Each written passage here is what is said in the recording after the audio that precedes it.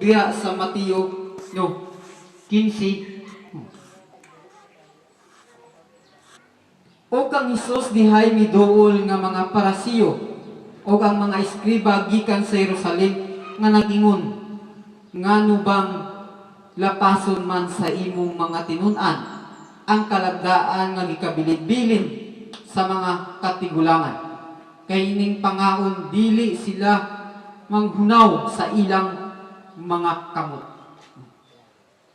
Kung atong isipon kita nagasunod na atong panahon, kay tungod sa gikabilin-bilin sa atong mga kagikanan. Ingon pa niya. Kanila mitubag siya nga nag-ingon, ug ngano ba usab nga inyo mang lapason ang sugo sa Dios aron lang pagatumanon ang inyong gikabilin-bilin nga kalagdaan. Kay ang Dios nagsugo nga nag-ingon, tumahod ka sa imong amahan ug sa imong inahan, ang magasultig dautan batok sa amahan o sinahan, kinahanglan gayud magapatyon siya. Sa karaang panahunan, mao kini ang ila ginahimo nga sumala sa ilang kasuguan. Apan karon nga aniya kita kang Kristo sumala sa giingon ni Ginoong Hesus sa 15:10 unya iyang gitawag ang mga tawo ngadto kaniya ug miingon siya kanila, paminawa ug sabtan ninyo kini. Dili ang magasulod sa baba mao ang magapahugaw sa tawo, kundili ang magagula sa baba kini ang magapanghunaw, magapahugaw sa tawo. Kataw kayo sayod kita mao kini ang butang nga dili ginatugot. Ingon niya, unya miduol ang mga tinun-an ug miingon kanila, nasayod ka bang nga ang mga parasiyo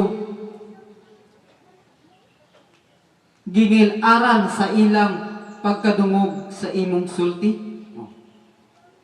Sila mitubag na nag-ingon, ang matag usa katanom nga dili tinanom sa akong amahan, nga langit nun kini pagaib ko. Pasagdilang ninyo sila nga magatultol nga buta, ug kun ang buta nagaguyod sa buta, sa gahong mga hulog sila. Apan si Pedro niingon kaniya, isaysay kanamo ang sambingay.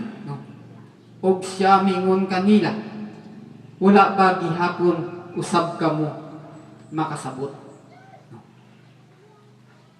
Kung isipon nato kita sayod ug sabtan na gid natong maayo kung unsa ang kamaturan nga atong nadawat. Ingon pa niya sa 17, wala ba ninyo palandungan nga bisan unsay magasulod sa baba, muagi lamang sulod sa tiyan, ug unya igait sara sa gawas. Ang muagi mugawas mao'y dili makapahugaw sa tawo. Ingon niya, apan ang magagula sa baba anhigikan sa kasing-kasing ug mao kini ang magapahugaw sa tawo. Diba? Kay gikan sa kasing-kasing nagagula ang mga dautang hunahuna, pagbugno, panapaw, pakighilawas, pangawat,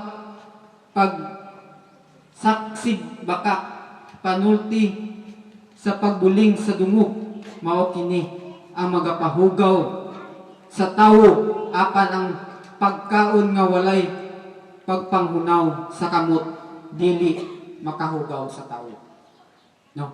Kung isipon natin mga kagsuunan o higala, nga tungod sa kabilin-bilin sa atong kaginikanan, sining karong kalibutan, no? Ang kaisipan, no, nagikan sa aton kaugalingon, no? Bisan ang hindi paghunaw, no? Kung si Ginoong Hesus pa, dili makapahugaw sa tao, no? Apan ko na ang atong kaisipan nga, no, nga makaingon ka nga nahugawan ka, no, nasa imong kaugalingon, no, ini siya kung sa sarili mo dili maayo, no, buhata. No, kung tungod man ini sa kabilin-bilin sa atong ginikanan. Sumala pa sa unang